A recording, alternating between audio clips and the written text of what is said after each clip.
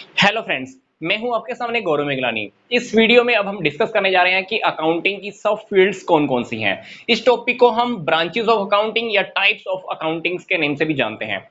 तो डेफिनेटली आप ये टॉपिक 11th की अकाउंटेंसी में स्टडी करते हो तो आपको 5 टॉपिक्स इसी के अंडर में स्टडी करने को मिलते हैं। First is financial accounting, second is cost accounting, tax accounting, management accounting and social responsibility accounting.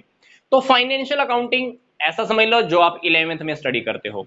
Cost accounting and tax accounting आपको सेकेंड ईयर या फाइनल ईयर में स्टडी करने को मिलता है। मैनेजमेंट अकाउंटिंग के कुछ टॉपिक्स आपको 12th में भी स्टडी करने को मिल जाते हैं। सोशल रिस्पॉन्सिबिलिटी अभी तक मैंडेटरी नहीं की गई है, फिर भी कुछ बिजनेस ऐसे हैं जो इसके अकाउंट्स भी प्रिपेयर करके पब्लिक के सामने प्रेजेंट कर देते हैं। तो आइए सबसे पहले हम डिस्कस कर लेते हैं कि फाइनेंशियल अकाउंटिंग क्या है। फाइनेंशियल अकाउंटिंग के अंदर क्या करते हैं? जर्नल में एंट्रीज होती हैं, लेजर रेडी होते हैं, देन trial balance, trading account, profit and loss account, balance sheet. उसके बाद हमको क्या पता चलता है? Net profit, net loss, business की एसेट्स कितनी है, लायबिलिटीज कितनी है, कैपिटल कितनी है। फिर उसके बाद जिन लोगों को इंफॉर्मेशन में इंटरेस्ट होता है उन लोगों को हम कम्युनिकेट भी करते हैं। तो फाइनेंशियल अकाउंटिंग मुझे लगता है कि आप सबको पता है, क्योंकि 11th के अंदर हम पूरी की पूरी ये सीरीज स्टडी करते हैं, जर्नल से लेकर लोगों को कम्युनिकेट करने तक। कम्युनिकेशन किस किस को किया जाता है? कुछ इंटरनल यूजर्स, कुछ एक्सटर्नल यूजर्स। तो यहां पर फाइनेंशियल अकाउंटिंग जो आप 11th में स्टडी करते हो। अब हम चलते हैं कॉस्ट अकाउंटिंग की ओर। कॉस्ट अकाउंटिंग के अंदर क्या होता है? हम total cost, per unit cost का पता लगाते हैं और जहां जहां ज्यादा एक्सपेंस हो रहे हैं उसके ऊपर कंट्रोल भी करते हैं। तो ये सारी बातें फाइंड आउट करने के लिए एक कॉस्ट अकाउंटिंग अलग से टॉपिक है, अलग से एक बुक भी कह सकते हैं, जो आपको सेकेंड ईयर या फाइनल ईयर में स्टडी करने को मिलती है। कॉस्ट अकाउंटिंग का ज्यादा काम, ज्यादा जरूरत कहां होता है? फैक्ट्रीज के अंदर, क्योंकि फैक्ट्री के अंदर प्रोडक्शन होता है। तो आप फैक्ट्री के प्रोडक्शन के टाइम पर ये जानना चाहते हो कि टोटल कॉस्ट कितनी आ रही है, पर यूनिट कॉस्ट कितनी आ रही है, कहीं पर एक्सपेंस ज्यादा ना हो जाए, तो आप कंट्रोल भी करना चाहते हो। आगे है टैक्स अकाउंटिंग। टैक्स अकाउंटिंग का पर्पस क्या है? टैक्स का पता लगाना, क्योंकि गवर्नमेंट चाहती है आपसे टैक्स लेना, तो आपको टैक्स अकाउंटिंग भी मेंटेन करना होता है, टैक्स कंप्यूट करना होता है, जैसा कि आजकल जीएसटी भी आ चुका है। नेक्स्ट हम बात करते हैं मैनेजमेंट अकाउंटिंग की। मैनेजमेंट अकाउंटिंग मतलब ऐसी अकाउंटिंग जो मैनेजर्स के लिए काम करेगी। मैनेजर्स को प्लानिंग भी करनी होती है, कंट्रोल भी करना होता है। प्लानिंग फ्यूचर की, कंट्रोल पीछे की कोई अगर कोई गड़बड़ हो चुकी है वो फ्यूचर में रिपीट ना हो, इसके लिए वो उसके ऊपर कंट्रोल करते हैं। प्लानिंग फ्यूचर की, कंट्रोल किसके ऊपर? पीछे हो चुकी गलतियों के ऊपर कंट्रोल करना, ताकि फ्यूचर में वो गलती रिपीट ना हो, इसलिए मैनेजमेंट चाहती है कंट्रोल करना। अब मैनेजमेंट अकाउंटिंग का जो डेटा है वो कहां से अवेलेबल होगा? इन सभी से।